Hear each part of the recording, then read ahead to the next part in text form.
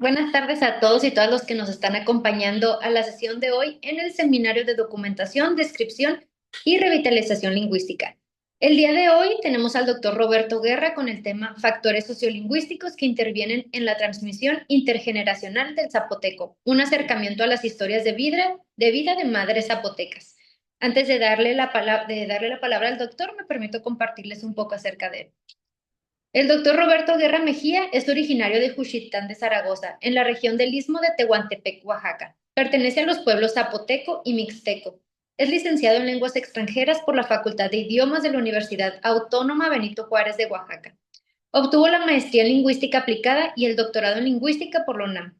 Su área de especialización es la sociolingüística, con énfasis en desplazamiento lingüístico, transmisión intergeneracional, políticas lingüísticas familiares, ideologías lingüísticas y planificación lingüística.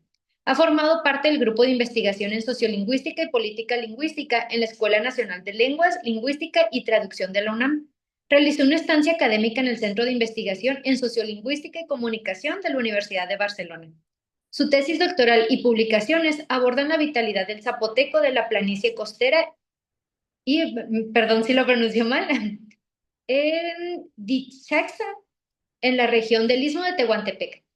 También ha colaborado con la publicación de artículos sobre el rescate de la lengua Kunza en San Pedro de Atacama, Chile, en conjunto con la Universidad de Antofagasta. En el ámbito docente ha impartido cursos de lenguas extranjeras y planificación lingüística en instituciones como la Universidad Autónoma de la Ciudad de México, la UNAM y actualmente la Universidad Autónoma Metropolitana. También es candidato al Sistema Nacional de Investigadoras e Investigadores de México. Sin más, le damos la bienvenida. Gracias a todos por acompañarnos y le cedemos la palabra. Adelante. Bueno, pues muchísimas gracias. Gracias por esta oportunidad de estar aquí con ustedes, de compartir este espacio. Gracias a los organizadores del Seminario de Documentación, Descripción y Revitalización Lingüística por darme esta oportunidad. Bien, bueno, como ya se mencionó, el título de esta presentación es Factores sociolingüísticos que intervienen en la transmisión intergeneracional del zapoteco, una aproximación a las historias de vida de madres zapotecas. Bueno, vamos, vamos a comenzar con esta presentación. El contenido de esta presentación será el siguiente. Primero hablaremos sobre transmisión intergeneracional, qué es la transmisión intergeneracional, qué es la política lingüística familiar, cuál es su papel dentro de la transmisión intergeneracional.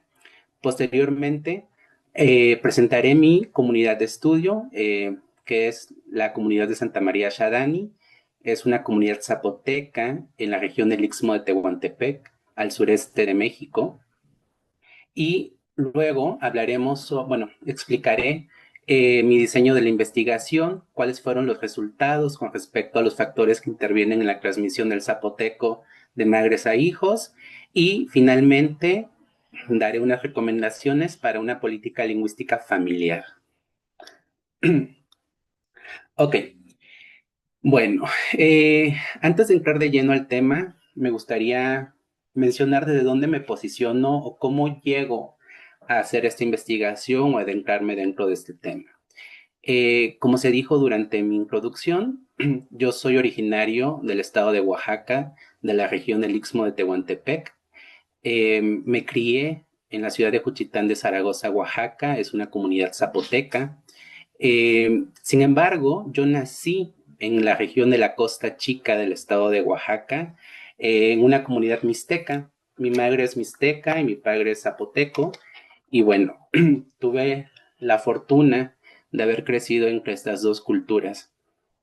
Y por ser originario de Juchitán, cuando terminé la licenciatura y quería empezar la maestría, yo escuchaba que en Juchitán las personas decían, bueno, aquí la lengua se está perdiendo, y por el otro lado escuchaba que muchas otras decían, no, aquí la lengua es muy fuerte, hablamos muy bien zapoteco. Y entonces yo me cuestionaba, bueno, ¿y cuál es la situación actual del zapoteco en términos de su vitalidad? Y así fue como llegué a hacer mi tesis de maestría, que fue sobre un diagnóstico del desplazamiento del zapoteco. Haciendo esa investigación de maestría, Pues dentro de toda la literatura que uno tiene que leer, te das cuenta que la transmisión intergeneracional es un elemento fundamental para poder hacer diagnósticos, para entender por qué una lengua se desplaza, por qué otras se mantienen. Y fue ahí donde me interesé muchísimo más en el tema de la transmisión intergeneracional. Bueno, y algo que sucede en esta región del Istmo de Tehuantepec es que hay aproximadamente 23 municipios en donde se habla esta variante del zapoteco, que es la variante de la planicie costera o Dishazá. Sin embargo, según datos censales del INEGI, en la gran mayoría de estos municipios la lengua sufre un alto desplazamiento debido a su transmisión intergeneracional. Disculpen aquí el anuncio. Estamos aquí en la Ciudad de México, entonces son cosas que suceden. Bueno, entonces, sin embargo, dentro de estos 23 municipios, hay dos municipios, uno que es el caso que estoy estudiando, que es Santa María Shadani, y el otro se llama San Blas Atempa, donde según datos censales existe aproximadamente entre el 80 y 90% de hablantes en todo el municipio, incluyendo al grupo de niños. Es algo que me llama mucho la atención porque en estos municipios la transmisión intergeneracional pues es lo que realmente se ha visto muy afectado. Y bueno, con respecto a nuestro tema, hablar sobre factores sociolingüísticos es muy interesante y también muy complejo. Voy a abrir esta presentación con esta cita de la UNESCO que menciona algo al respecto y dice: el peligro de desaparición de una lengua puede ser el resultado de fuerzas externas, tales como el sojuzgamiento militar, económico, religioso, cultural o educativo, o puede tener su causa en fuerzas internas, como la actitud negativa de una comunidad hacia su propia lengua. A menudo las presiones internas tienen su origen en presiones externas y unas y otras detienen la transmisión intergeneracional de las tradiciones lingüísticas y culturales. Bueno, con esto damos pie. Aquí la UNESCO menciona esto de fuerzas externas e internas, lo que podríamos llamar factores externos y factores internos. Y ahorita nos adentraremos más en esto. Bien, vamos a empezar a hablar un poco sobre transmisión lingüística intergeneracional. A mí me gusta mucho la cuestión teórica. Creo que el tema de transmisión lingüística intergeneracional da mucho en términos teóricos. Sin embargo, porque no tenemos muchísimo tiempo, no tenemos más sesiones para hablar al respecto, voy a ser muy breve, pero si tienen la oportunidad, yo les recomendaría, si están interesados en estudios sobre este tema, que investiguen muy bien sobre la transmisión intergeneracional y sobre todo ser críticos en lo que leemos, ya que este fue uno de los principales desafíos que yo me enfrenté cuando hice mi tesis de doctorado, ya que en la literatura, de manera generalizada, se dice que la transmisión intergeneracional es la transmisión de una lengua de padres a hijos. Bueno, esto en principio es así. Sin embargo, esta definición, que es la común, la generalizada, no nos dice mucho sobre transmisión intergeneracional. A mí me despierta más dudas que respuestas, ¿no? Sobre todo cuando hacemos las preguntas: ¿por qué se interrumpe la transmisión intergeneracional? ¿Y cómo se interrumpe la transmisión intergeneracional? Para mí, ese es el meollo del asunto, tratar de dar respuestas a esas interrogantes. Entonces, en la literatura, generalmente se suele decir que la interrupción de la transmisión intergeneracional se suscita en 3 generaciones. Se dice que la generación de los abuelos es quien mantiene la lengua indígena. La segunda generación de padres empiezan con un bilingüismo, lengua indígena y el español, y posteriormente la generación de hijos se pierde la lengua. Mucha de esta literatura está basada en casos y experiencias migratorias o migratorias principalmente. Sin embargo, no se ajusta muy bien a los casos de comunidades indígenas, porque si nos ponemos a reflexionar, las comunidades indígenas en México han estado en contacto con el español durante más de 500 años y muchas lenguas han logrado sobrevivir y han pasado, si cada generación tiene 20 años, han pasado alrededor de 20 generaciones. Entonces, no es cierto que en 3 generaciones la lengua se pierde, ¿no? Hay casos migratorios principalmente en donde es así, pero en comunidades indígenas la interrupción de la transmisión intergeneracional toma matices diferentes. Ahora, si pensamos, es importante ver a la transmisión intergeneracional como un proceso, porque eso cambia todo el panorama. Porque si es un proceso, entonces tiene que haber etapas. Si hay etapas, tiene que haber mecanismos para que ese proceso funcione.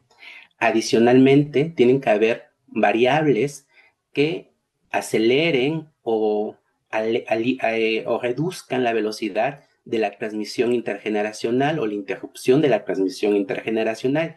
Tiene que haber actores, participantes en ese proceso y se tienen que dar condiciones para que ese proceso funcione. Entonces, es importante ver a la transmisión intergeneracional como un proceso y si logramos entender cómo funciona y se desarrolla ese proceso, podemos responder las preguntas por qué y cómo se interrumpe la transmisión intergeneracional.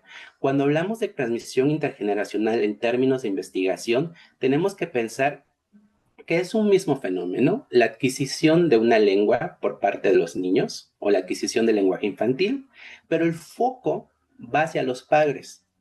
Y obviamente uno no ignora a los niños, no ignora el proceso de adquisición del lenguaje infantil. Uno tiene que ser consciente de eso y tiene que recurrir a ello constantemente. Pero el foco en este caso se va hacia los padres y hacia el contexto en el cual se va a suscitar la transmisión intergeneracional. La transmisión intergeneracional, su función es proveerle a los hijos una lengua, lo que se le llama lengua materna. Y no voy a entrar aquí en discusión en estos debates de qué es lengua materna o qué no es lengua materna. Pero para mí la lengua materna es aquella que las madres le hablan a sus hijos cuando los tienen en sus brazos, porque la adquisición de una lengua se da en los brazos de la madre. Es por eso que se le dice lengua materna. Evidentemente, hay casos, circunstancias de la vida en donde los hijos son criados por padres, por abuelos, por tíos, por otras personas. Pero aquella persona que tenga a sus hijos al hijo o a los niños en sus brazos, o personas, en plural también puede ser, van a ser quienes le transmitan la lengua al niño. Entonces, pero este proceso de transmisión, ¿de dónde empieza? Pues podríamos pensar que empieza desde que el niño nace, pero estudios en neurolingüística, y este es otro punto muy importante, la lingüística y la sociolingüística por sí misma no pueden responder estas preguntas solas. Tenemos sí o sí que hacer un estudio transversal sobre este tema, porque es la neurolingüística la que nos dice y muestra evidencia de que los niños en el vientre materno empiezan a familiarizarse con la voz de su madre. Hay experimentos en donde niños a pocas horas de haber nacido y las madres le hablan, le ponen un chupón y el niño succiona el chupón con mayor velocidad versus cuando le hablan o escucha las voces de personas extrañas para él. Asimismo, el proceso de adquisición del lenguaje se dice que se va cerrando a los 3 años. Y entonces es en ese periodo del nacimiento hasta los 3 años en donde la lengua se tiene que transmitir. Y es ahí donde se juegan muchas cosas. ¿Por qué? Porque realmente en el día a día no nos cuestionamos sobre transmisión intergeneracional, sobre lengua materna, sobre todo si son comunidades monolingües. Pues, por ejemplo, la Ciudad de México, que es ampliamente monolingüe, dices, bueno, mis padres hablan español, veo un entorno donde se habla español, pues, ¿qué lengua se va a transmitir? Pues el español. ¿Qué lengua va a ser mi lengua materna? El español. Realmente ahí no hay un cuestionamiento. El meollo del asunto es cuando son comunidades bilingües.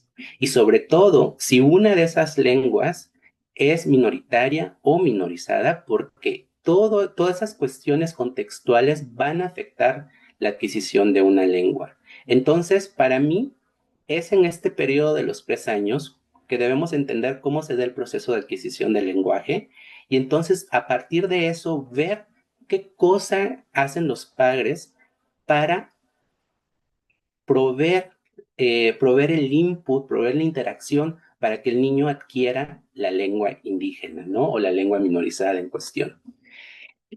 Bien, voy a pasar esta diapositiva porque ya hablé un poco de esto. Y bien, dentro de este contexto de transmisión lingüística intergeneracional, ¿qué papel juega la política lingüística familiar? Bien, se dice o que una política lingüística son todas las decisiones que las personas toman. Cualquier decisión es una política, ¿no? No hablamos evidentemente de políticas en términos de gobierno, sino.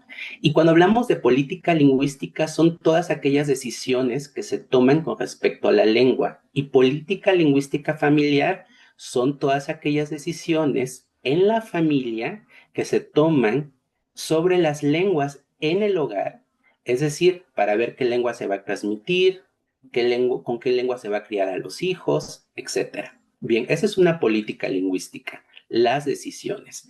Ahora, ¿la transmisión de una lengua es una decisión? Se dice que las políticas lingüísticas pueden ser conscientes o inconscientes, es decir, no hacemos forzosamente una reflexión sobre si transmitimos o no transmitimos una lengua. Esto se da de manera natural. Y es natural, ¿por qué? Porque a mí no me deja de sorprenderme la cualidad del ser humano y la manera en cómo la existencia de la vida se desarrolla, porque pareciera que tenemos todo programado, ¿no? Dice Noam Chomsky que todos los seres humanos nacemos con la capacidad para adquirir el lenguaje.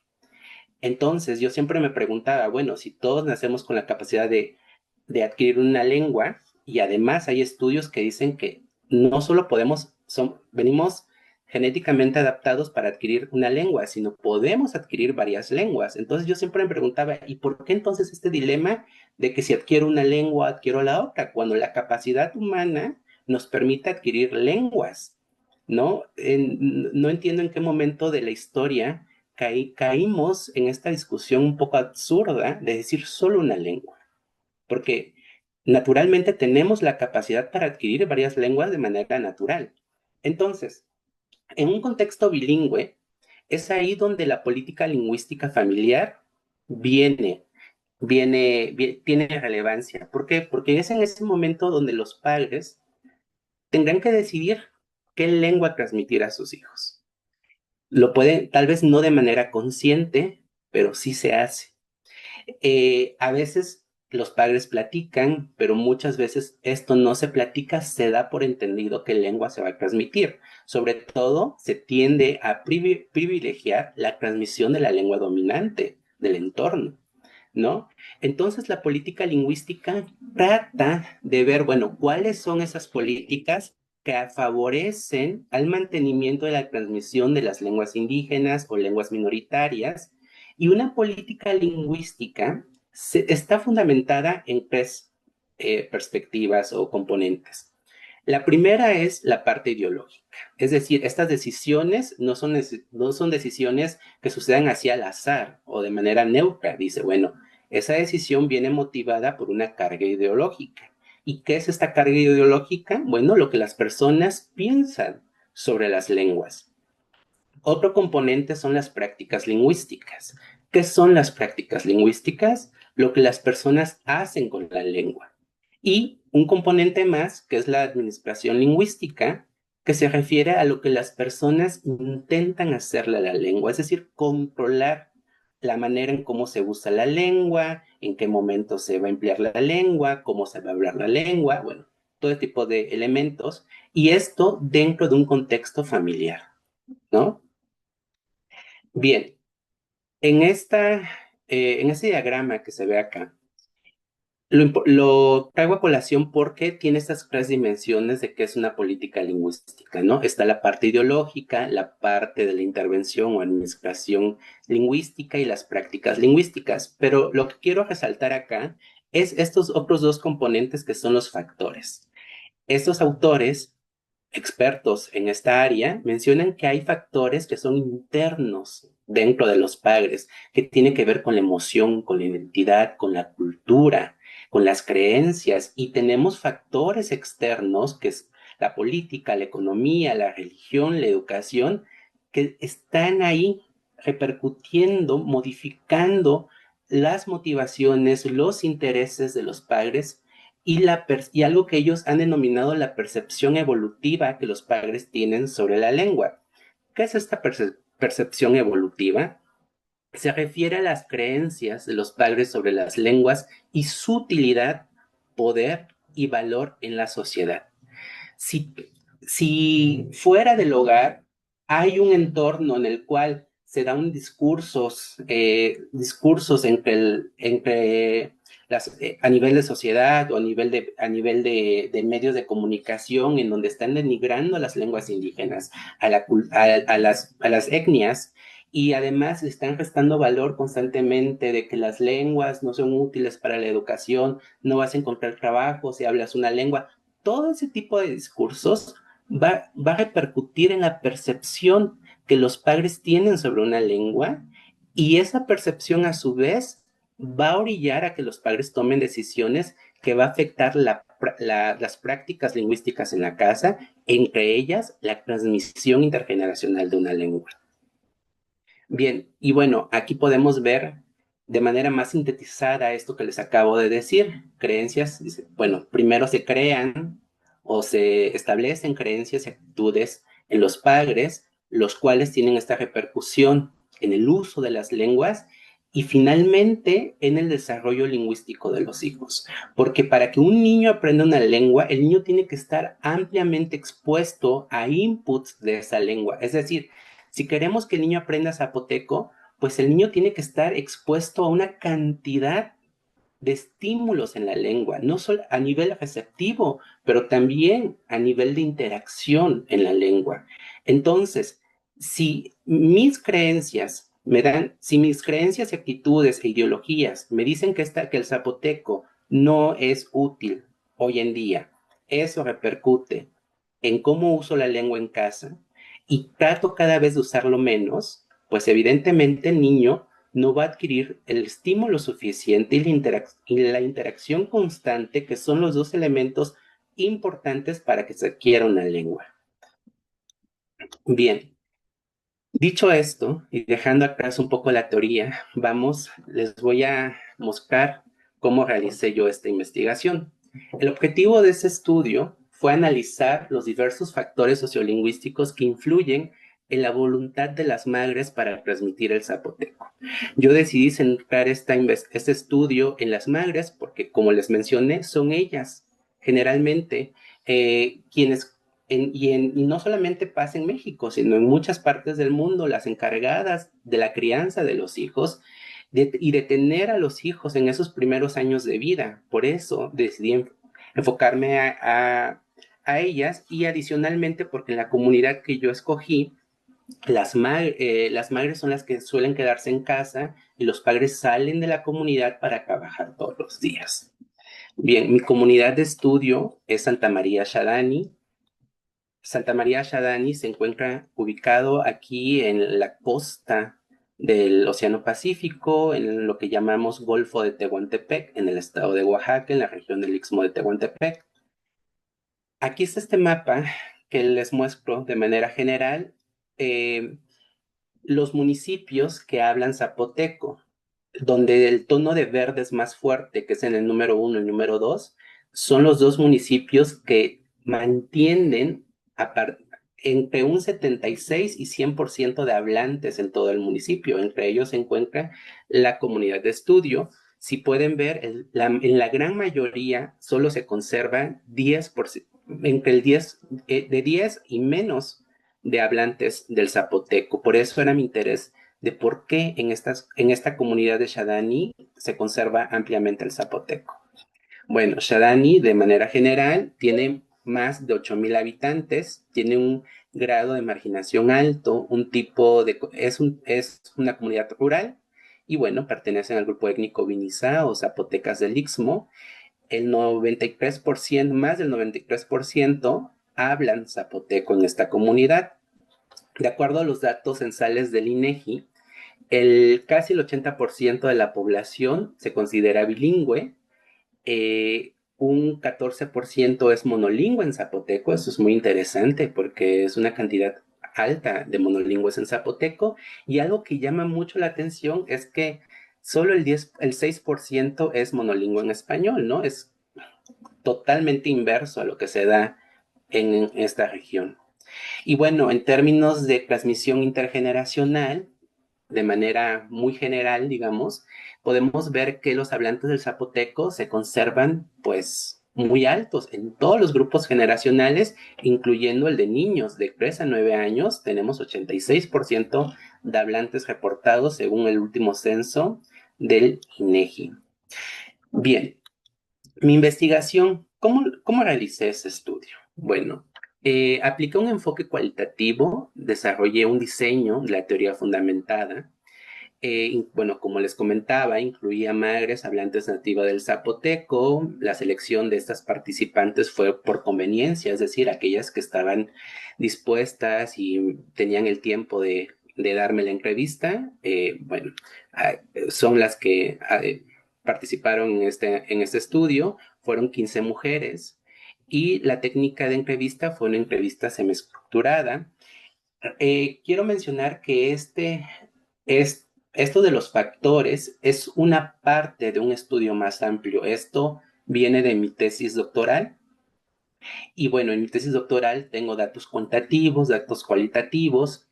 Primero realicé la parte cuantitativa y todo este trabajo de campo me sirvió para establecer ejes temáticos, y también durante las entrevistas iban surgiendo ejes temáticos que necesitaba explorar, ¿no?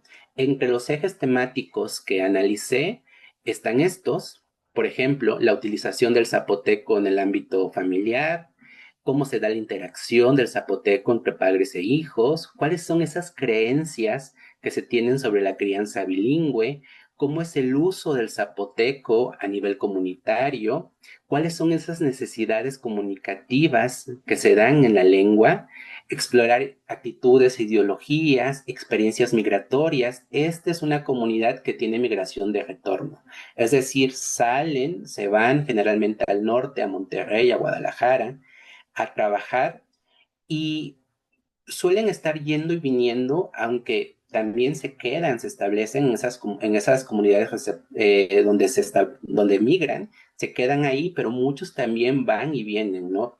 Y este es un punto muy interesante, y el zapoteco en el ámbito escolar. Bien, con respecto eh, a los factores, a los resultados que encontré, más que resultados, hallazgos que encontré sobre los factores que intervienen en la transmisión del zapoteco de madres a hijos. Bien, los factores que yo identifiqué, yo los puedo clasificar en tres grupos. Primero, unos simbólicos, internos, que tienen que ver con toda esta percepción, esta idea que se tiene del zapoteco, contextuales, ¿no? Aquellos pues, que son parte, que se dan en la comunidad, fuera del ámbito familiar, y aquellos que tienen que ver con la comunicación. Algo que tal vez llama la atención o que uno se pregunta es, bueno, ¿cómo establecí cuáles eran estos factores que pudieran ser significantes para la transmisión del zapoteco? Bueno, primero aquellos que tuvieran una influencia en la percepción sobre el zapoteco. Lo segundo, aquellos factores que pudieran intervenir en la interacción, en los momentos de comunicación de madres con hijos. Y aquellos contextuales que por una u otra razón afectaran el proceso de adquisición o interrumpieran el proceso de adquisición del zapoteco. Bien, ahora, aquí les voy a mostrar cuáles fueron estos factores, primero del grupo de factores simbólicos. Lo que yo encontré en esas narrativas que las madres compartieron conmigo fueron purismo lingüístico, creencias bilingües, identidad e incentivos laborales. El purismo lingüístico era muy interesante porque hablando con las madres, ellas me decían, bueno, me dice, generalmente estamos a favor de que se transmita el zapoteco, pero cuando los niños empiezan, de acuerdo a sus palabras, a hablar mal el zapoteco, es ahí donde como que no les gusta seguir comunicándose porque piensan o sienten que los niños o los jóvenes ya hablan diferente el zapoteco, como que les van cambiando. Entonces, sí encontré en repetidas ocasiones estas actitudes del purismo lingüístico, ¿no? Hacia un zapoteco, pues como ellos lo conocen, ¿no? Sin modificaciones, sin cambio. Bien, el otro factor simbólico eran sobre creencias bilingües. Esto es bastante interesante porque hay un montón de creencias que las madres tienen ante el hecho de que un hijo se pueda desarrollar bilingüe, ¿no? Y bueno, muchas madres decían, es que no, es que si habla zapoteco y el español, entonces el niño se va a confundir, ya no va a poder hablar bien el español, no, ya no va a poder decir bien las palabras, va a enredar todo. Esto era como algo constante. Yo decía, bueno, usted habla español y zapoteco y habla muy bien ambas lenguas, ¿no? Además esto. La evidencia científica nos dice que estas cosas no suceden en una crianza bilingüe. Y luego la identidad, allá la identidad zapoteca es muy fuerte. De hecho, en muchos municipios la lengua se está prácticamente perdiendo, pero la identidad es algo muy, muy fuerte, ¿no?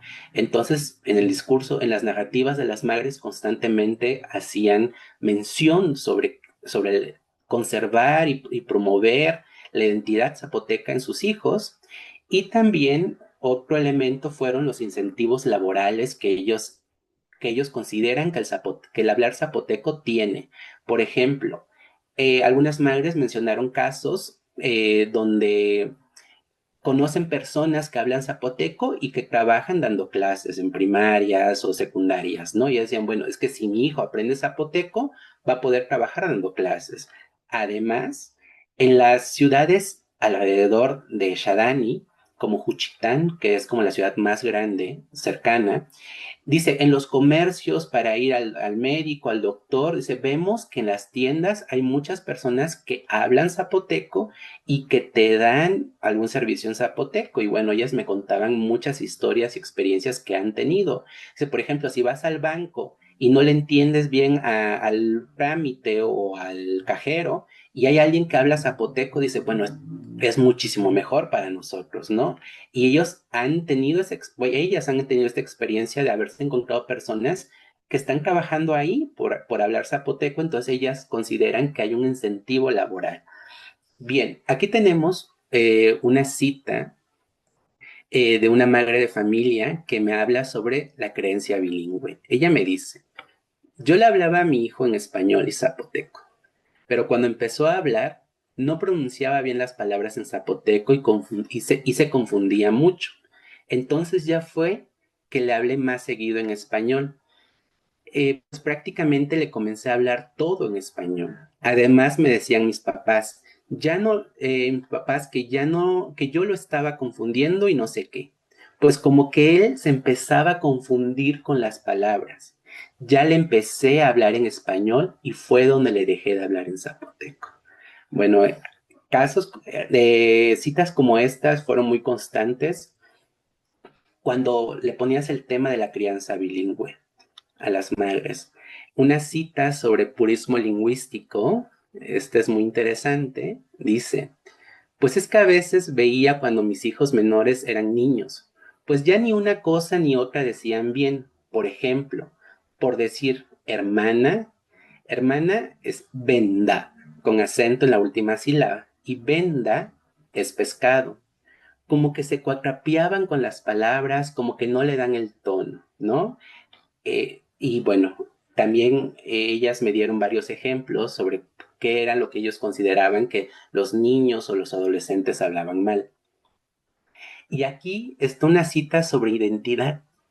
Y esta cita creo que es muy, muy, muy hermosa. Dice, ay, me sentiría muy triste que se perdiera el zapoteco. Me sentiría muy, muy triste porque se perdería una parte de la identidad de nosotros como Binigulasa. Pero yo en sí, en mi sentir, estaría muy, muy triste porque tal vez yo hubiera podido contribuir con un granito para que no se perdiera el zapoteco, pero a veces la desidia. El hecho de no hacer uno mismo nada para que siga adelante el zapoteco es como un árbol caído, como cuando un árbol ya no tiene vida, pues ya no tiene caso. Entonces, antes que eso pase, ojalá hubiera un remedio para que el zapoteco prosiguiera en las próximas generaciones y que valoraran que el hablar zapoteco es parte de nuestra cultura y que no tiene que perderse.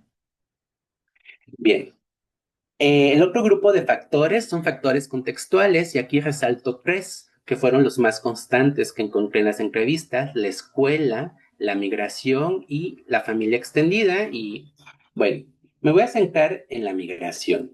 La migración, como les comentaba, ellos presentan migración de retorno, ¿no? En la mayoría de los casos van, vienen, se quedan en la comunidad por una temporada, se vuelven a ir. Pero algo que me llamó la atención fue que cuando los niños, aunque la mamá y el papá hablen zapoteco y español, cuando los niños, cuando ellos la pareja migra y el hijo nace en ese lugar de acogida, ellos automáticamente les empiezan a hablar en español y me explicaban por qué. Me decían, bueno, es que queremos que mi hijo se integre, ¿no? Se integre rápido y pues tenga la lengua de la comunidad donde vivimos. Y eso tiene lógica, ¿no? Pero, y también sucedía que cuando migraba la pareja, el hijo nacía fuera de la comunidad y regresaban, mientras más pequeño fuera el niño al momento de regresar, el niño adquiría mejor el zapoteco. Si el niño llegaba ya a los 6, 7, 8 años, ya empezaba a tener, o sea, la adquisición del zapoteco ya no era adecuada, ya no era plena. Muchas veces nada más entendían, pero no hablaban, o de plano ya no hablaban. Pero los niños, entre más chiquitos llegaban, 1 año, 2 años, 3 años, aprendían a hablar bastante bien el zapoteco. Entonces la migración es algo que está afectando en la adquisición del zapoteco. El otro elemento es la familia extendida. Y esto me sorprendió mucho y también cuando yo estaba analizando toda esta información, me hacía recordar mi propia historia, analizar mi contexto, de dónde nací, cómo crecí. Y bueno, antes en estas comunidades, la estructura de familia extendida era lo más típico, era lo común. ¿Qué quiere decir familia extendida? Que en un mismo territorio, en un mismo terreno, digamos así, está la casa de la abuela, la casa de mamá, papá con sus hijos, está la casa del hermano, el hermano de la otra familia, del otro hermano, y así podemos encontrar varias familias ahí viviendo. Y entonces, ¿qué pasa con esto? Pues que hay varios hablantes del zapoteco en un mismo domicilio, hablantes grandes, hablantes jóvenes, niños.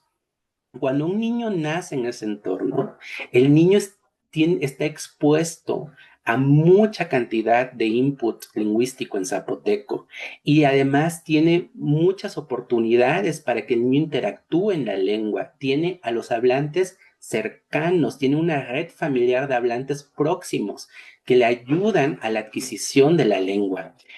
Algo que he estado viendo en mis investigaciones es que cuando se hace familia nuclear, es decir, en una casa solamente vive mamá, papá e hijos, y si alguno de los padres no habla zapoteco, prácticamente no se logra transmitir el zapoteco. Esta condición de familia extendida es muy importante. En esta comunidad es algo que prevalece mucho versus las comunidades donde el zapoteco se ha estado desplazando, donde cada vez hay más el modelo de familia nuclear, ¿no?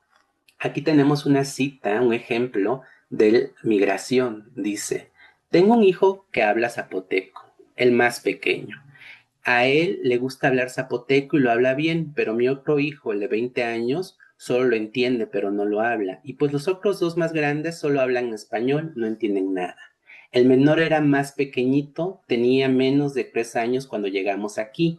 por eso él sí aprendió a hablar bien zapoteco. O sea, él habla bien clarito lo que es el zapoteco. En cambio, mis otros dos hijos que llegaron ya grandecitos, aquí ya no aprendieron nada de zapoteco, pues ya estaban grandes, ya puro español. Bueno, ya para ir cerrando, aquí solamente les menciono, les muestro esta gráfica y aquí podemos ver, por ejemplo, cómo se da la comunicación en un hogar que tiene esta estructura de familia extendida y en color azul, en azul fuerte, vemos que la comunicación en zapoteco con los niños se da prácticamente, o sea, es mayoritaria. El uso exclusivo del zapoteco en estos tipos de hogares, ¿no? Bien, y por último, tenemos aquí los factores que son comunicativos, la pareja lingüística, esto es muy importante, el rol agentivo del hijo, es decir, cuál es la actitud y la disposición del hijo para hablar en zapoteco y el rol agentivo de la madre, que tiene que ver igual con la actitud, la disposición, las acciones que la madre hace para hablar, para querer hablar en zapoteco. Les voy a mencionar por cuestiones de tiempo solo de parejas lingüísticas. Las parejas lingüísticas es algo sumamente interesante, porque uno pensará, bueno, la transmisión de lengua se da al momento que, o sea, tiene relevancia el momento que el niño nace. No, desde que se decide la pareja, desde ese momento se tira una moneda al aire y se juega la suerte de la transmisión de una lengua. ¿Por qué? Porque si se casan dos hablantes del zapoteco, bueno, las oportunidades para que se transmita la lengua son altas, pero si se casan dos bilingües, hablantes de zapoteco y en español, la cosa empieza a cambiar. Si se casa un hablante bilingüe y alguien que solo habla español, bueno, se pone cada vez más complicado el asunto. Y aparte, si viven en una familia nuclear, mamá, papá, hijos, la situación empieza a complicarse. Versus si viven en una familia extendida, ¿no? Entonces, es ahí en la composición de la pareja lingüística donde realmente se empieza a poner los cimientos de cómo se va a dar la transmisión intergeneracional. Dice, yo veo una diferencia muy marcada. Por ejemplo, en el caso en donde hay papás que los dos hablan zapoteco, los niños hablan zapoteco. Pero si nada más la mamá, como en mi caso, o en el caso de mi hermano, que él habla zapoteco, pero su pareja no, por lo tanto sus hijos no. Como que ya se va perdiendo, como que se va dejando. Los niños aprenden más cuando la mamá habla más zapoteco. Bueno, más que nada si los dos padres hablan zapoteco. Y bueno, les muestro solamente aquí, es una gráfica de esta comunidad del estudio que yo hice, cómo estaban conformadas las parejas lingüísticas. Y vemos que el 50% de los casos, la pareja lingüística de padre y madre son prácticamente hablantes casi monolingües del zapoteco, ¿no?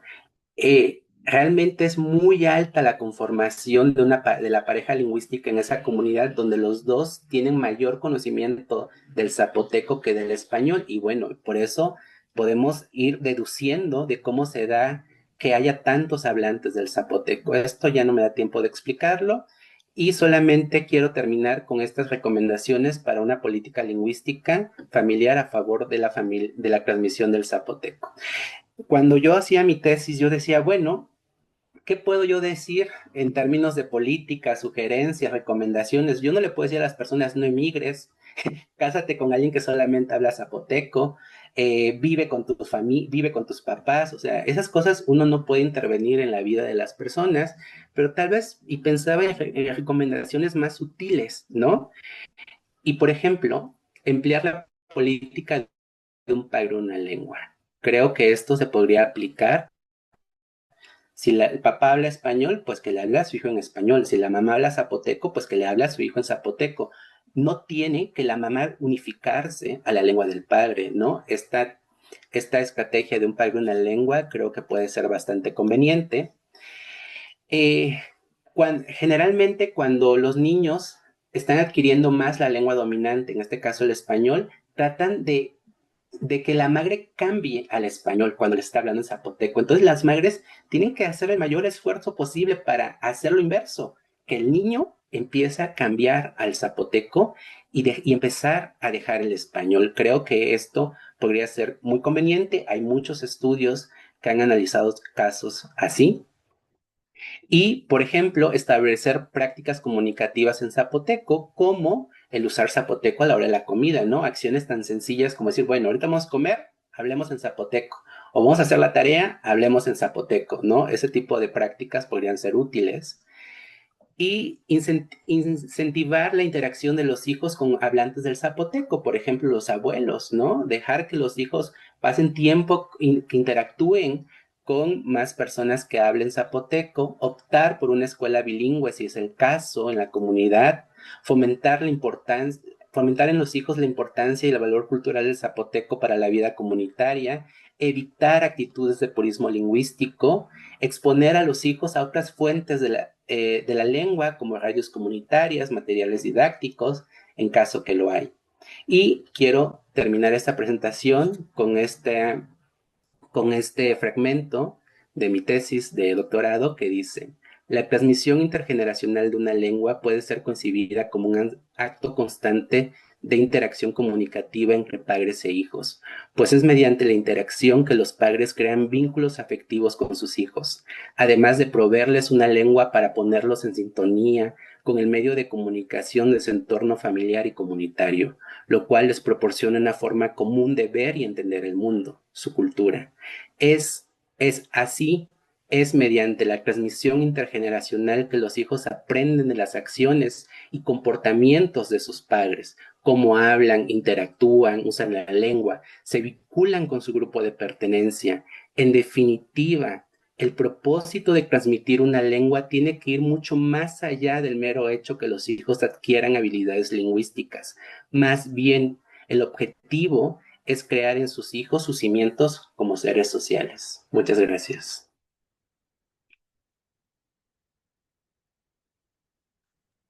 Muchísimas gracias, doctor Roberto, por estos temas tan interesantes que hablan sobre, más que nada, llegar como una vitalidad, pues, de todas las lenguas y de todo, pues, lo complejo y de todos los retos que esto puede ser de una transmisión.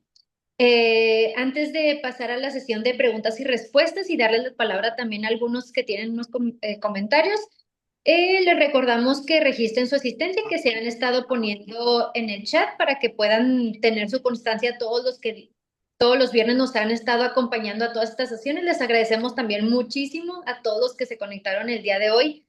Y también les comentamos que todas las sesiones se están subiendo a la página de YouTube para los que no pudieron conectarse a tiempo, los que quieren volver a verla, ver algunas partes de las presentaciones. Si tienen algunas dudas, se van a estar subiendo a la página de YouTube, que las pueden encontrar en el Facebook de Indolengo.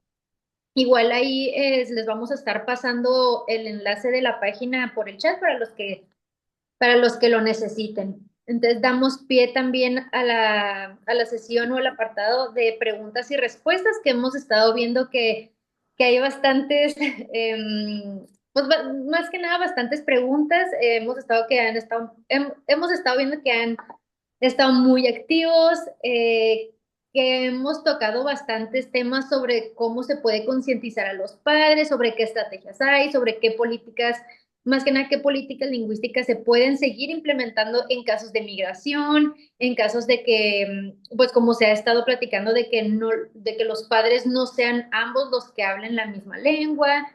En este caso nos preguntan que si has visto programas, has visto si hay programas de concientización para padres o alguna estrategia para los que salen a trabajar al norte y regresan y se quedan en la comunidad.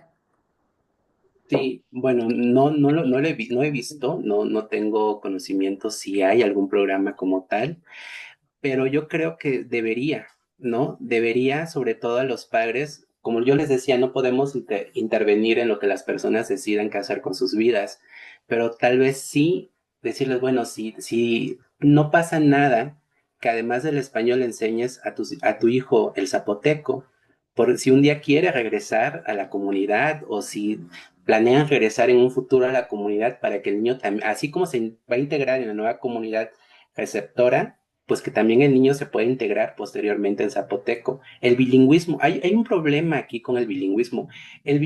Pareciera que siempre estamos en esta discusión de una lengua. Podemos aprender varias lenguas, no forzosamente tiene que ser una. Eh, el, yo he revisado un montón de cosas sobre cuáles son las ventajas de que una persona sea bilingüe, ¿no? Hay ventajas desde culturales, cognitivos, laborales, mil cosas. Entonces, yo creo que no debemos de entrar en esa, debemos de salirnos, mejor dicho, de esa discusión de qué lengua. Pueden ser varias lenguas, ¿no? Entonces, creo que sí debería de haber algún tipo de programa, no sé, de esas personas que migran, pues, de intentar que se conserve la lengua, ¿no? Porque más allá de restarle algo a sus hijos, creo que les da algo más el hablar otra lengua. Muchas gracias. También Aide Tamara pregunta, ¿por qué se observa una desventaja en ser bilingüe y cuál consideras que es el origen del purismo lingüístico en la comunidad? Sí, bueno, creo que el purismo lingüístico no solo, como en el caso que yo presentaba, no solo se da en esta comunidad. Me parece que también en las charlas de esos seminarios ya han habido varios casos en donde se ha hablado sobre purismo lingüístico, sobre todo hacia el habla de los jóvenes o niños, ¿no? Y no, yo no veo ni una desventaja de ser bilingüe, veo muchos beneficios de serlo. Y evidentemente, en la sociedad que desafortunadamente hoy vivimos, o sea, no se valora de la misma manera ser bilingüe en español y una lengua indígena versus ser bilingüe en español y en inglés, por ejemplo. No se valora de la misma manera, pero se tendría que, ¿no? Se tendría que valorar de la misma manera y no hay ventajas, hay muchas, no hay desventajas, más bien hay muchas ventajas. Y es normal hasta cierto punto que exista como estas creencias sobre la lengua, que la lengua se tiene que conservar, que se tiene que hablar de una manera, que el mismo tono, que no hay que cambiar de palabra. Eso se ha visto generalmente en prácticamente todas las culturas, pero yo creo que ahí entraría también a hacer como un poco de campaña, no sé, decirle a los padres, a los mayores, no, no pasa nada, no es un problema si los jóvenes integran una palabra nueva, le cambian el tono, o sea, no es un problema grave. También si lo vemos de un punto de vista más lingüístico, el cambio lingüístico es algo natural y va a pasar. O sea, es algo que no podemos frenar. Va a pasar, entonces, mejor, en lugar de desalentar a los niños y a jóvenes que hablen la lengua, bueno, decir, háblalo, háblalo y aquí vamos corrigiéndonos y vamos interactuando, ¿no? Porque también a través de la interacción se corrigen o se aprende mejor las cosas. Gracias. Antes de continuar también con las preguntas que han estado dejando en el chat, tenemos aquí unos tres participantes. Me parece que están levantando la mano para unirse. No sé si gusten unirse y preguntar cuál es la duda, el comentario.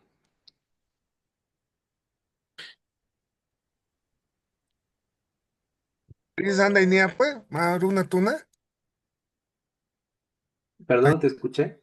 Ari Canía, bueno, nada, Canía, nada, Martín, nada, Laia Martín, pues, de Nari, ni ellas Sí, da, pero usted ni guía. Ajá, sí, sí, sí, mira, en mi caso, solo, bueno, mira, llegué a la región cuando tenía como dos años, 2 años y medio, creo, 3 años, no recuerdo bien. Mi mamá hablaba solamente mixteco. Entonces, como lo expliqué aquí, la lengua principalmente se transmite por vía materna, ¿no? Entonces, mamá hablaba mixteco, mi mamá no hablaba nada de zapoteco, quien hablaba zapoteco era mi papá, pero quien me criaba era mi mamá. Sin embargo, yo viví muchos años en casa de mi abuela, la mamá de mi papá, y con ella aprendí palabras, frases, ya sabes, lo típico de las groserías que uno dice, a reconocer tonos, a reconocer cosas. Y cuando ya estaba en ese proceso de empezar a adquirir léxico, nos mudamos de casa de mi abuela y nos fuimos a vivir nada más mi mamá y mi papá y todo giró alrededor del español. Yo me hice consciente de esto, de este problema, de esto ya grande. O sea, yo ya había terminado la universidad cuando alguien por ahí un día me preguntó, bueno, ¿y estudias lenguas y hablas alguna lengua indígena? Y fue ahí donde mi chip en mi mente cambió y me hizo voltear a ver cuál era mi historia, cuál era todo lo que yo he pasado, lo que ha pasado a mi familia, y pude entender por qué yo no adquirí el zapoteco, ¿no? Porque cuando yo estaba en Juchitán, mis primeros años, con mi hermana, que tenemos prácticamente la misma edad, al principio nos sentíamos externos a la comunidad, pero cuando íbamos al pueblo de mi abuela, en la costa, donde yo nací, también nos hacían sentir un poco externos a la comunidad. Entonces estábamos nosotros de niños lidiando entre dos identidades por ahí, ¿no? Sin embargo, hoy en día, en mi presente, sí estoy muy interesado en aprender, ¿no? En aprender, he tomado cursos aquí en la Ciudad de México, yo vivo aquí en la Ciudad de México, entonces es, hoy en día quisiera poder tener más tiempo de poder estar más allá en el pueblo y poder aprender más, pero yo sigo en mi camino de poder aprender y poder un día comunicarme muy bien en Dishasa. Muchas gracias. Le damos la palabra y el espacio también a Eric Benítez, que también tiene un comentario, una pregunta. Sí, bueno, buenas tardes, muchas gracias. Soy Eric Benítez de San Juan Guichicovi, Oaxaca, hablo la lengua Yuc. Me llamó mucho la atención que se incluyera dentro del contexto de los poblados precisamente al municipio de San Juan Guichicovi, porque históricamente habla la lengua, sí, ahí es una comunidad Ayuk, ¿no? Nada más me llamó la atención. Y lo otro es, también hacía una pregunta sobre este, cómo se llegó a esta cuestión absurda de eh, de que se esté pensando solo en una lengua. Y creo que ahí bueno, eh, más bien su opinión sobre esta parte sociohistórica de que desde la construcción del Estado-Nación en 1820, 1824, los liberales propusieron precisamente eso, incluso, ¿no? Que solo se hablara una lengua, incluso una discriminación total hacia los pueblos indígenas, ¿no? Creo que eso ha influido, que sería alguno de los factores externos que han influido mucho en que muchos de nosotros nos avergoncemos. Bueno, me incluyo, aunque ya no me avergüenzo, pero cuando era adolescente tal vez sí, este, nos avergoncemos de nuestra lengua, ¿no? Creo que esa parte sociohistórica, ¿cuál es su opinión con respecto a ella del Estado mexicano? Sí, gracias por la pregunta. Bueno, para abordar esto de por qué se incluye San Juan Wichicovi, pues yo cuando crecí ahí en Juchitán, tampoco yo no sabía exactamente de dónde se hablaba en todo, zapoteco, ¿no? Ya de grande. Estos datos lo provee el INEGI y el INALI, ¿no? Hay un catálogo que se llama Variantes con referencias geoestadísticas, me parece, creo que por ahí estoy mal en el título, pero tiene un catálogo el INALI donde dice en qué comunidades se habla cada variante dialectal. Y en el caso del zapoteco, la planicie costera o Dishasá menciona estos 23 municipios. Y bueno, inclusive en el mapa es chistoso porque todos están en la planicie costera, por eso se llama así, y luego brinca hacia San Juan Guichicovi. Y yo haciendo una investigación pues de textos que han hablado al respecto, me di cuenta que esta presencia de los hablantes del zapoteco en esta región de San Juan Guichicovi es reciente. Es cuando se empezó a construir la vía del ferrocarril. Me parece que hubieron personas de la región, de la costa, que migraron hacia la parte sur de San Juan Guichicovi y se establecieron ahí. Sin embargo, los datos censales que muestra el INEGI son muy poquitos, o sea, no sé, creo que es menos de 100 personas que conservan todavía el zapoteco en esa región sur o en la parte sur de San Juan Guichicovi, pero la motivación fue precisamente en tiempos recientes, no es como una presencia ancestral, digamos, ¿no? ¿Y qué pienso estas ideologías, pues me da mucho gusto que hoy en día el discurso no vaya cambiando. Que creo que el discurso no lo es todo, evidentemente, pero el discurso tiene que traducirse en acciones concretas, pero me da gusto que esté cambiando y que la presencia de personas indígenas y las lenguas indígenas empiece a tomar mayor relevancia. Y sí estoy de acuerdo que no solamente, o sea, impulsado desde el gobierno y de las condiciones que se dieron en diferentes etapas de la historia de México, de la construcción de este Estado-nación, que sumaron para que llegáramos a ese punto de que solo transmitir una lengua, ¿no? Y esto también pasa fuera de México. Pero creo que es importante poner de relieve y decirle a las personas, es que no tenemos que pelearnos. El español, algo que está en los estudios que he revisado, es que la lengua hegemónica sí o sí se va a adquirir. O sea, de eso, algo que podemos tener certeza es que la lengua hegemónica, en este caso el español, se va a adquirir. O sea, se hable o no se hable en casa, eso va a ser un hecho. Donde tenemos que preocuparnos es en la lengua indígena, ¿no? En la lengua indígena de las comunidades, porque esa es la que se tambalea. Entonces, es decir, si papá y mamá, y sobre todo las madres, hablan ya una lengua indígena, pues fomentar, darle a la lengua indígena ese espacio del hogar, que es ese su recinto, que se transmita, porque no, o sea, porque si no se transmiten esos primeros años de vida, y la persona, el hijo, empieza a salir fuera del hogar, prácticamente el chance para que la lengua se adquiera de manera natural se va perdiendo, ¿no? Pero creo que es importante decirle a los padres que no pasa nada si su hijo es bilingüe, que no hay ningún problema que su hijo adquiera una lengua indígena a la par del español, no hay ningún problema en el lenguaje y no debería de haber ningún problema a nivel social. Muchas gracias. Y hemos estado leyendo también las preguntas y comentarios y también agradecimientos que han puesto en el chat. Antes de pasar a eso, le damos la palabra a Evaristo, que también estaba solicitando el espacio.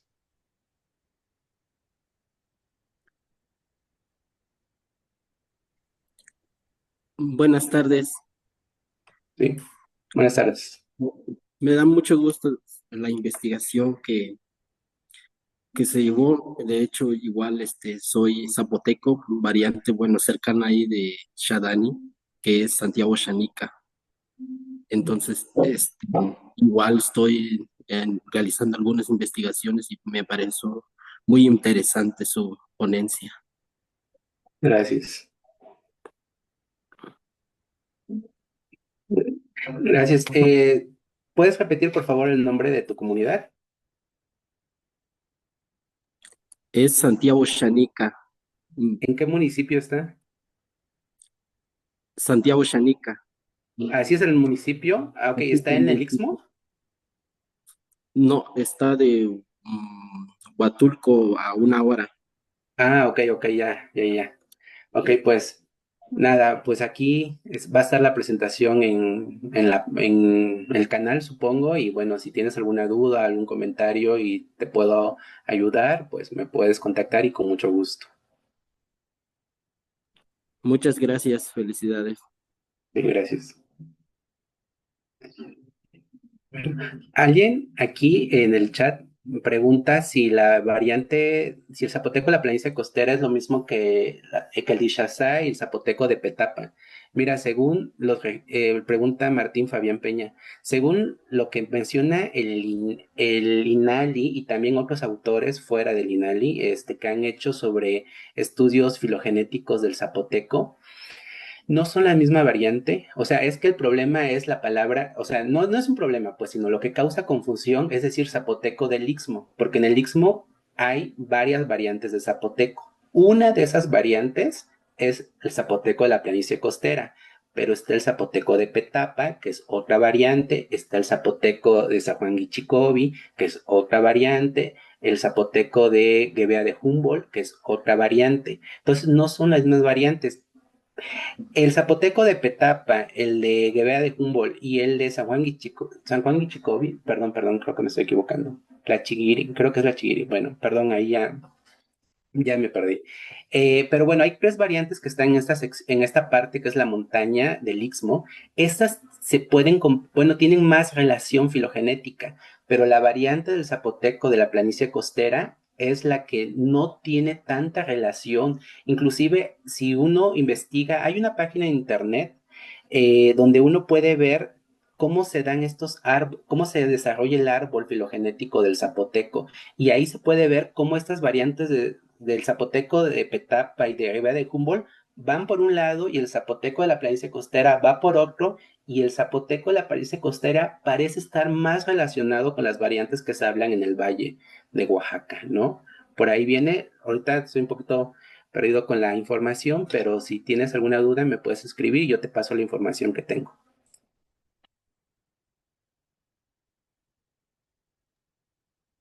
También nos han estado solicitando el espacio. Seguimos con Ruth Figueroa, quien quiere también tomar el micrófono.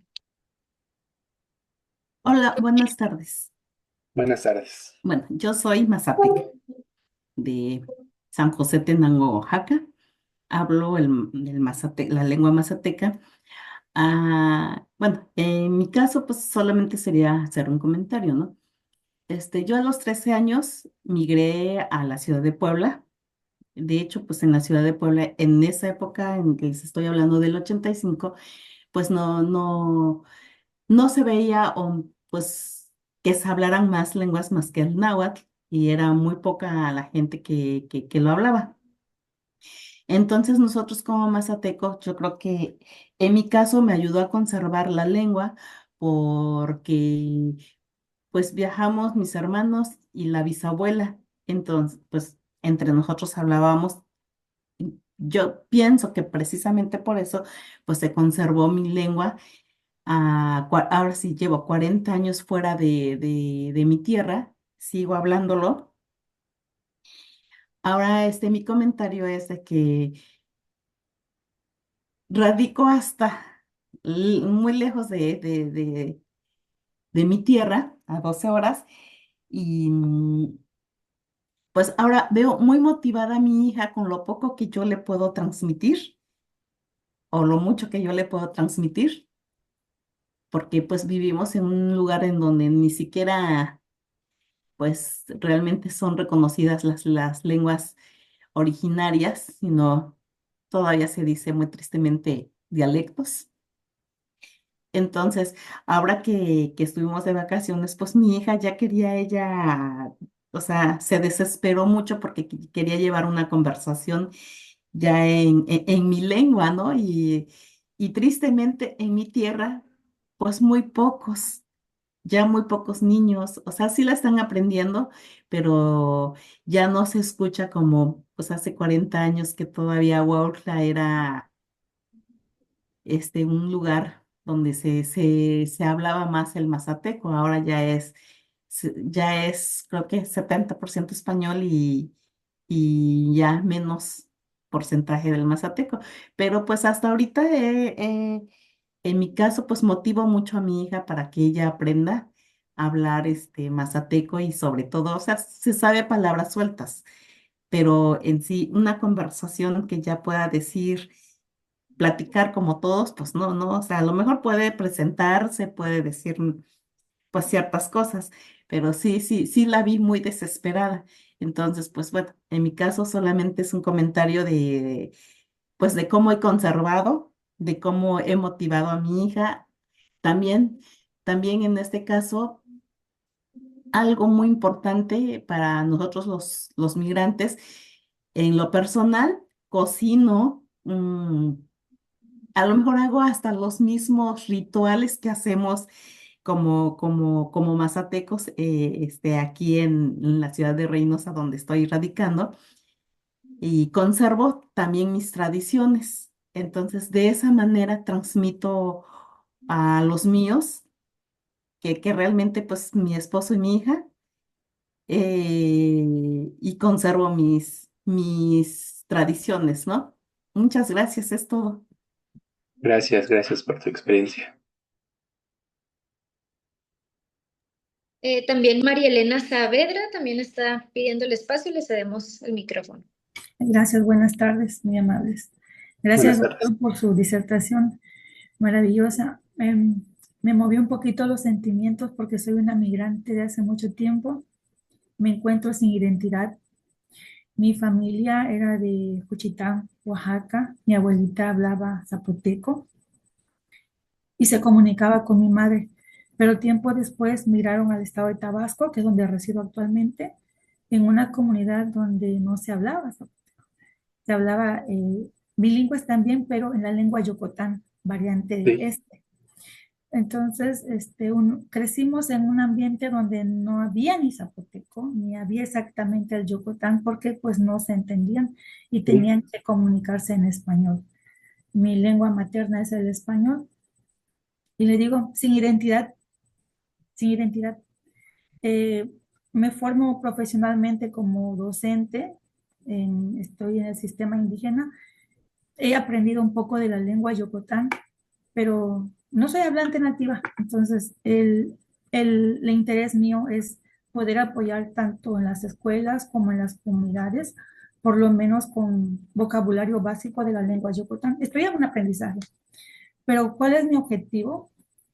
Que se genere en los niños, jóvenes y adolescentes ese sentido de identidad que yo perdí por situaciones que se dieron, porque pues donde vivíamos no había quien nos enseñara zapoteco. Y cuando fallece mi abuela y luego fallece mi madre después, pues se acabó ese vínculo. Me quedo solamente con el español. Entonces, pues es esa la importancia, ¿verdad? Y fíjate, se queda uno, se genera la aculturación porque dijera la canción, no es uno ni de aquí ni de allá, estás en el limbo, pero pues fomentando esto en las nuevas generaciones. Y descubro el papel tan importante de las madres, pues yo me crié con mujeres nada más, pero se acabó la lengua ahí. Y en la investigación usted destaca este papel tan fundamental, ¿verdad? Que son a final de cuentas las madres quienes son el pilar importante en esa herencia generacional de las lenguas.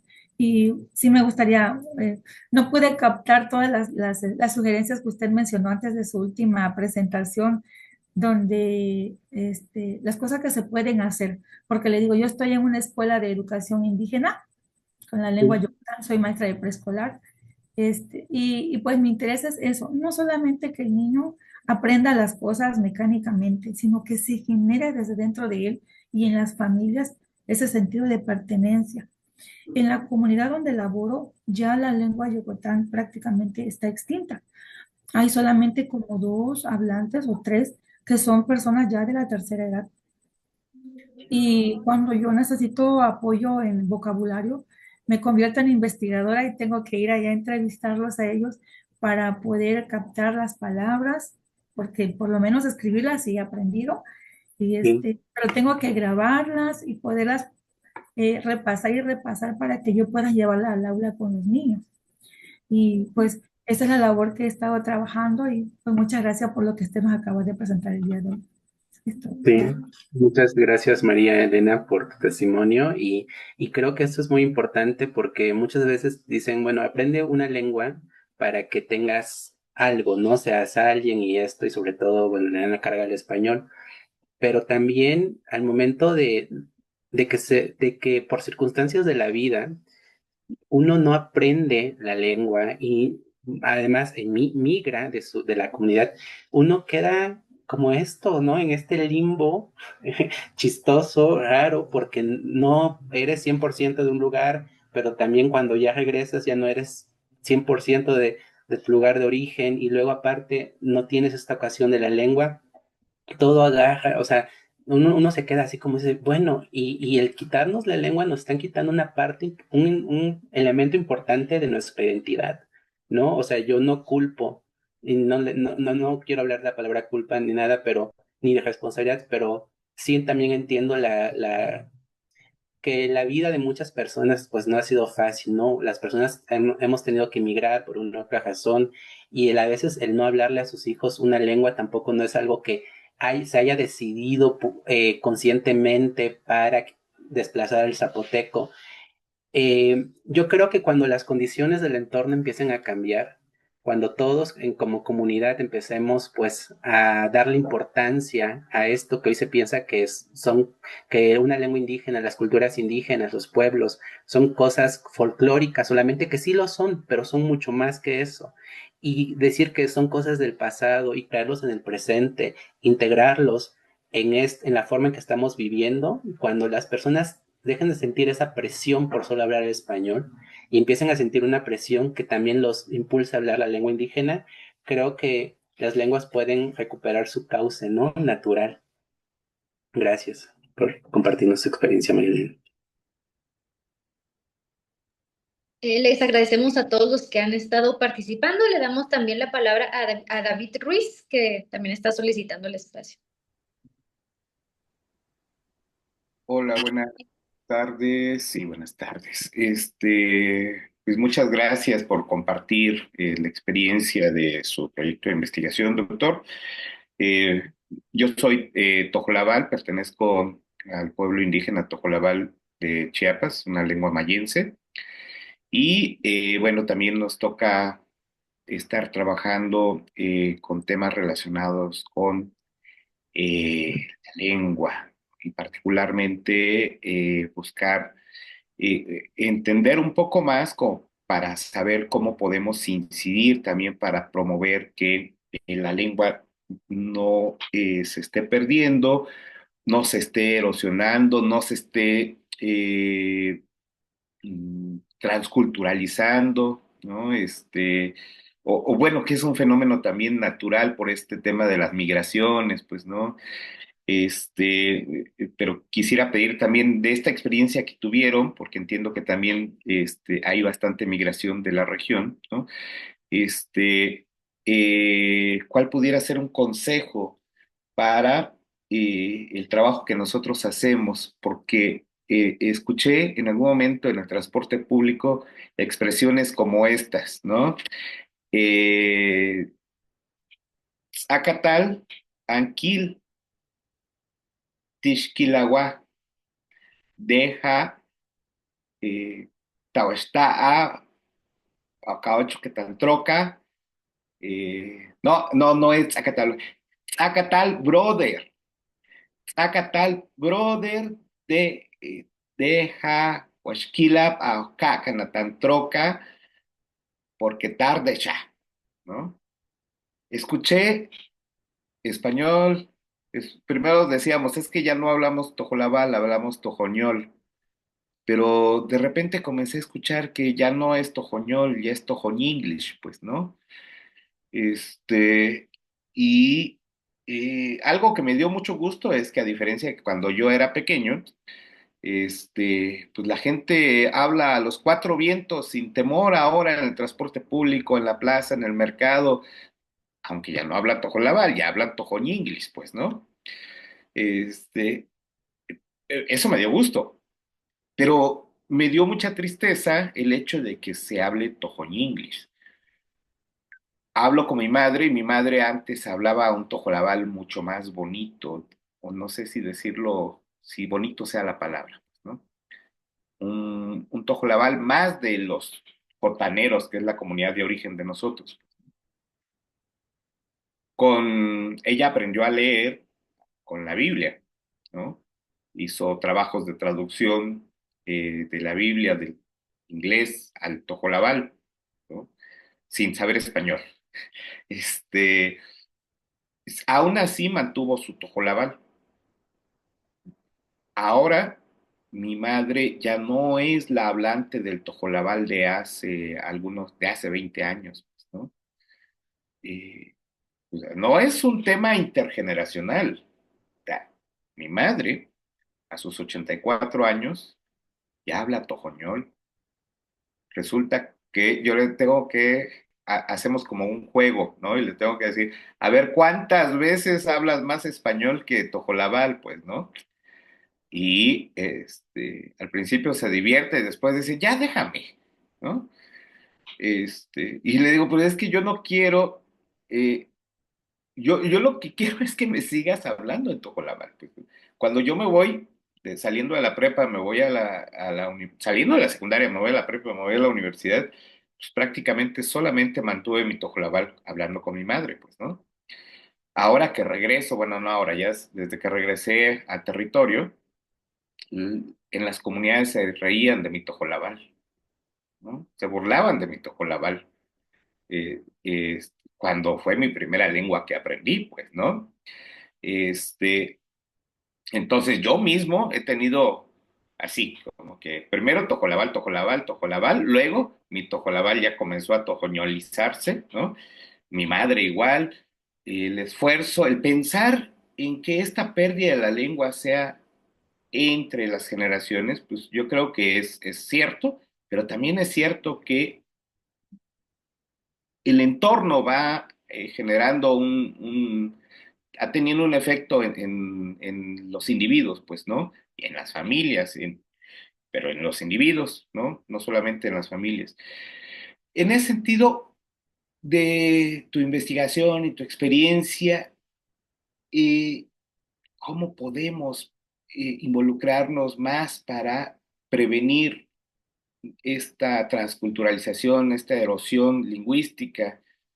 Este, Nosotros trabajamos en la revalorización de lo que somos. Por eso el lema de la organización es por la revaloración de nuestro origen y la construcción del buen vivir, ¿no? Este, pero pues es todo un reto, pues, ¿no? Entonces, compartiéndote esta experiencia otra vez, ya sé que ya nos diste una serie de recomendaciones en lo familiar, ahora en lo individual, pues practicar, híjole, sí, se burlan también de mí cuando digo, es que hablas muy despacito, hablamos pausado, pero yo a veces exagero porque trato de pensar y, a ver, no, así no, este es español, no, tengo que buscar la palabra que sea de nuestra palabra, pues. Y ya no hablo del tojolabal de Jotaná, hablo del tojolabal mezcladito de varias comunidades, pues, ¿no?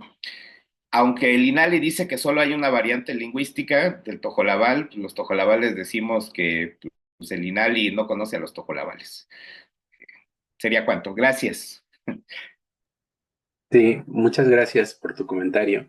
Mira, em, creo que el tema tiene como dos grandes vertientes, ¿no? Esto del cambio en la lengua. Uno, podemos analizarlo desde la parte más lingüística o más sociolingüística y a partir de esos razonamientos, pero también está la parte de la percepción y valorización que los hablantes tienen en la lengua que pasa por lo lingüístico. Es un tema muy complicado. Yo creo que da para desarrollar una investigación y hacer un montón de seminarios solo de ese tema.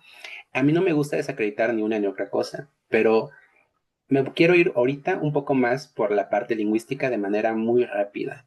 Por ejemplo, mira, el cambio lingüístico es algo inevitable. Si tú piensas, dices, bueno, nuestros abuelitos hablaban de una manera más, voy a poner la palabra pura, aunque no me gusta decir puro, de una lengua indígena. Pero tal vez sus ancestros, 3 generaciones arriba de ellos, ¿cómo hablaban la lengua? Seguramente la hablaban también diferente. Entonces, los abuelos pueden pensar que sus abuelos hablaban una lengua mejor, ¿no? Una lengua más perfecta.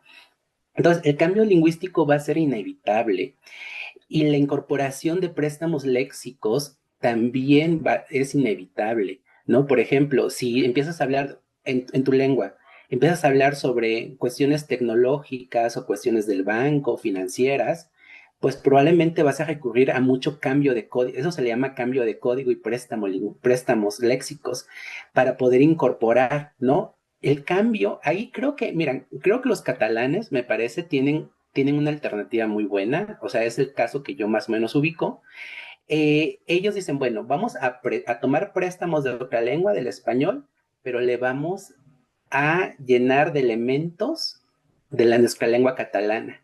Entonces tratan de pronunciarlo como catalán, cambiar alguna estructura en la palabra en catalán, o sea, sí toman el préstamo del español, pero tratan de que se integre, que sea como que tenga más recursos de su propia lengua. Creo que eso sería un buen ejercicio que se podría hacer. Es decir, vamos a tomar el préstamo, pero en lugar de que pase el préstamo así directo, por ejemplo, internet o avión que pase directo, poder darle algunos matices de la lengua, ¿no? A nivel fonético, a nivel fonológico, a nivel de la morfología, se pueden incluir esos préstamos y entonces ya no tenemos esa presencia, ¿no? Pero lo que nos molesta siempre es algo más, una cuestión de percepción, una cuestión de actitud, ¿no? Porque también a veces, de hecho, el desplazamiento lingüístico se ve en términos de cómo la lengua va cambiando.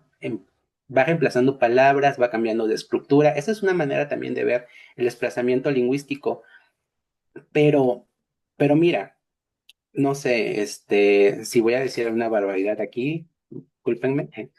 Eh, yo, en algunas comunidades donde de plano ya hay mucho desplazamiento, hay muy pocas personas, y dices, a que no haya nadie que hable la lengua y que haya personas que hablen la lengua, pero incluyan estos elementos, igual no le den el tono exacto, pues que haya estas personas. Porque yo, por ejemplo, muchas de las lenguas indígenas mexicanas son tonales. Entonces, yo, por ejemplo, como no fue mi lengua materna, porque inclusive es que la lengua materna es impresionante, porque se ha visto casos de niños chinos, por ejemplo, que se adoptaron en China y se fueron a vivir a Canadá y dejaron de hablar chino, tuvieron contacto ya con el chino, crecieron y después les pusieron algunos monitores en la cabeza y les ponían que escucharan chino y se veían cómo se activaba una red neuronal en su cabeza. Y los investigadores dijeron, esa es la huella de la lengua materna, ¿no? La lengua materna queda ahí, impregnada, y la lengua materna lo que nos ayuda es a reestructurar nuestro pensamiento. Pensamos con base lingüística, nuestro pensamiento tiene base lingüística, nuestra lengua nos da la base lingüística. Entonces, cuando alguien no adquiere la lengua como lengua materna, pues evidentemente es complicado luego integrar matices en la lengua. Si hay personas aprendices de una lengua indígena, evidentemente no le van a dar el tono, evidentemente hay pronunciación que va a fallar, pero también los hablantes nativos tienen que ser receptivos a estos. Si queremos la incorporación de hablantes que no sea su lengua materna, ¿no? Yo tengo información ahí sobre cuestiones de cambio lingüístico. Si tú gustas, me contactas y yo te mando la información que yo tengo. Pero bueno, en términos generales y sintetizados es lo que te podría decir por ahora. Muchas gracias. Seguro le contactaré. Gracias. Bueno, por cuestiones de tiempo vamos a ceder la última palabra en este apartado de preguntas y respuestas a Jesús. Ahorita estaba levantando la mano, no sé si todavía tiene alguna pregunta, comentario. Sí, buenas tardes. ¿Sí me Buenas escuchan? tardes. Sí. Bueno, estoy manejando. Muy interesante el tema que ha tocado el maestro, de verdad. No he estado en todos los temas cuando, bueno, noté que había muchos temas con Duolingo, creo que así se llama este espacio. Y entonces, su tema me gustó muchísimo. Tocó varias vertientes, una vertiente completa. Yo soy supervisor de una zona escolar de educación indígena en el estado de Tabasco. Manejo una zona de la variante del este, de la región este, que se encuentra en Tamuté de las Sabanas. Y mire, he tocado ciertos puntos que usted ha dado. Y una de las preguntas dice, pero ¿cómo le hacemos, profe? ¿Cómo le hacemos para que nuestro idioma no se siga perdiendo? Pues fácil, leyéndolo. Una y dos. Y cuando me entero que las universidades interculturales están en las regiones, yo digo, oye, qué bueno. Y esas universidades, si vincularan a los maestros de educación indígena, que fueron los primeros que llegaron en la zona, los vincularan y los invitaran a las universidades, compactaran ahí información, clases, no sé, muchísimas cosas se pudieran hacer para poder revitalizar nuestro idioma. Sí, hay cosas que me han preguntado en muchas ocasiones, es que yo no lo puedo hablar, como dice aquí el anterior compañero, dice que lo hablo muy lento y le meto palabras en español. Digo, pues por algo se comienza. Si quieres realmente ayudar a que nuestro idioma no se pierda. Ahora, lo otro, lo que he visto, y sin errar y sin quedar mal de mis compañeros maestros docentes, yo doy cursos, talleres, pequeños talleres, hago lo que puedo. Y yo sé que hay otros compañeros que también lo hacen y dan sus cursos, sus talleres. Pero, con mucho respeto lo digo, pero los maestros que ya están en escuelas indígenas son los que menos ocupan esos talleres porque creyendo que ya están dando las clases en sus aulas, pues ya no tienen necesidad. Y como de alguna manera se está recibiendo un apoyo económico, pues menos. Pero somos los docentes los que tenemos esa obligación de que nuestro idioma no se pierda. Entonces, tres cosas que puedo comentar, ¿no? Que el idioma, para que no se pierda, tendría que impulsarse desde la familia. Y quienes los impulsen en la familia, hoy se habla mucho en la nueva escuela mexicana se habla mucho de la realidad crítica, el diagnóstico crítico de la realidad. Y nos empuja precisamente a eso, a ver qué está pasando en la comunidad, qué está pasando con las familias.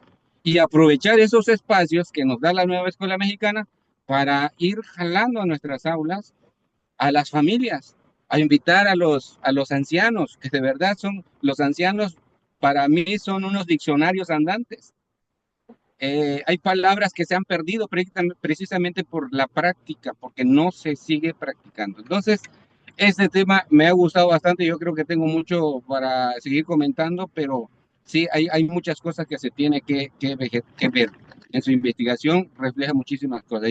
Y otra cosa también es que las universidades, todas las escuelas, hasta el nivel universidad, se tendría que dar lengua indígena de la región, del Chontal de Oaxaca, del Tocolabal de Chiapas, del Yogotán de Tabasco, en todas las universidades.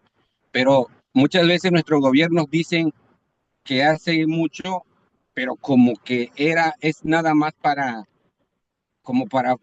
ganar votos, o no sé, como nos toman como la imagen del que se está haciendo muchas cosas. Pero bueno, a cuentagotas, pero a lo mejor sí está llegando poco a poco. Muy, muy bien su tema, maestro, de verdad me gustó. Muchísimas gracias por compartir. Gracias, es todo. Gracias por tu experiencia. Bueno, con esto damos por cerrado este espacio de preguntas y respuestas. Les agradecemos a todos los que estuvieron aquí conectados, sobre todo también al doctor que nos compartió este tema que es muy interesante y que a todos nos mantuvo pues con muchas dudas, con muchos comentarios, y a todos los que nos compartieron sus experiencias. Muchas personas en el chat le extienden las felicitaciones, le extienden los agradecimientos. También le mandan saludos desde diferentes partes de la República, así como alguien me parece que estaba aquí desde Paraguay, sobre todo que pues temas muy importantes, que le agradecen estos temas de casos de migrantes, de casos de migraciones, de vitalizaciones de la lengua, de transmisiones, de todo lo que se presenta el hablar unos idiomas originarios, ¿no? Le agradecemos muchísimo por este tiempo, les agradecemos a todos los que se han conectado esta sesión de viernes y a los que nos acompañaron en esta poquita de extensión